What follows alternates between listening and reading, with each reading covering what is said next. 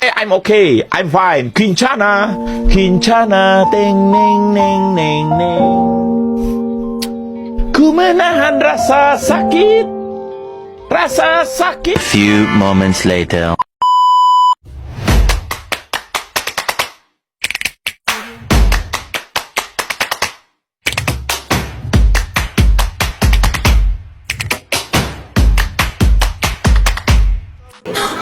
Halo sobat pendengar, selamat datang di podcast Suara Bangsa bersama saya Konsinata Sabardianti. Saya Tisha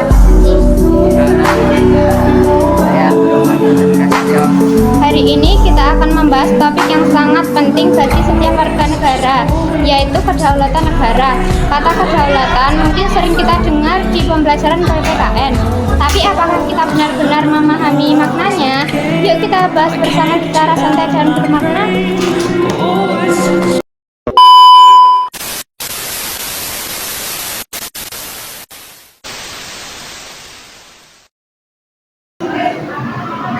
Apa itu kedaulatan negara? Secara sederhana, kedaulatan negara berarti kekuasaan yang dimiliki oleh sesuatu negara untuk mengatur dirinya sendiri tanpa campur tangan dari negara lain. Konsep ini pertama kali untuk di Eropa sekitar abad ke-16. Ketika banyak negara mulai menyatakan kemerdekaannya dari kekuasaan lain, kedaulatan menjadi sebuah sisi penting kedaulatan negara, yaitu kekuasaan negara untuk mengatur rakyat, pemerintahan dan wilayahnya sendiri. Kedua, kedaulatan kedua yaitu kebebasan untuk berjalan dengan negara lain di negara tanpa bertekanan atau intervensi pihak. Contoh, Indonesia memiliki hak penuh untuk melakukan hubungannya sendiri, mengatur sumber daya alam serta menjalin kerjasama internasional sesuai seperti Bentuk dan pelaksanaan kedaulatan di Indonesia. Nah, sobat pendengar, di Indonesia kedaulatan berada di tangan rakyat. Hal ini tertulis jelas dalam pembukaan UUD 1945 yang berbunyi, kedaulatan berada di tangan rakyat dan dilaksanakan menurut Undang-Undang Dasar. Artinya rakyatlah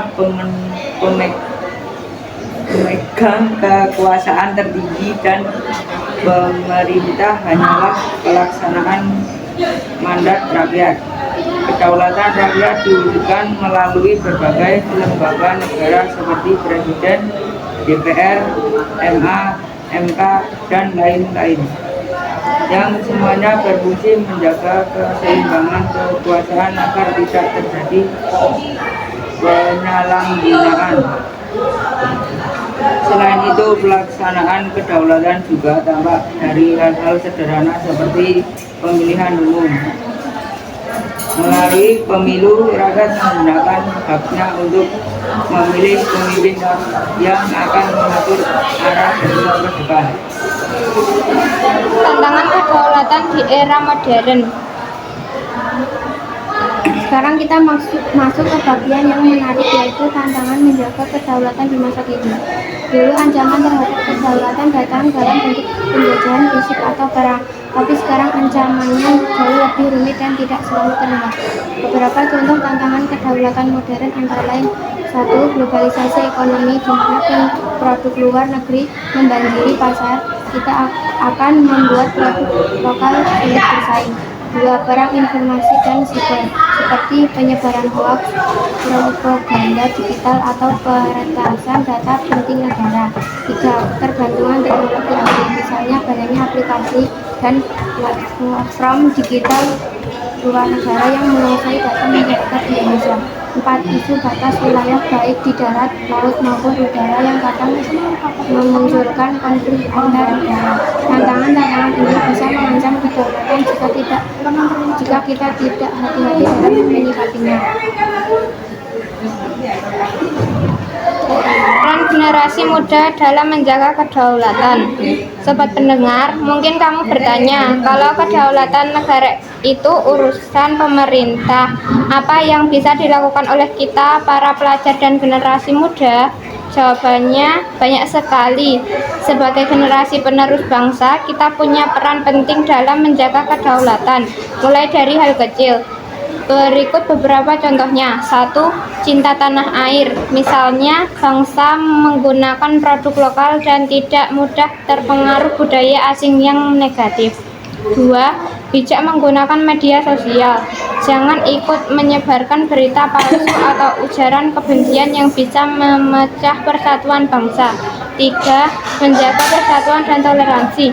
Karena kedaulatan bangsa juga tergantung pada persatuan rakyatnya. 4.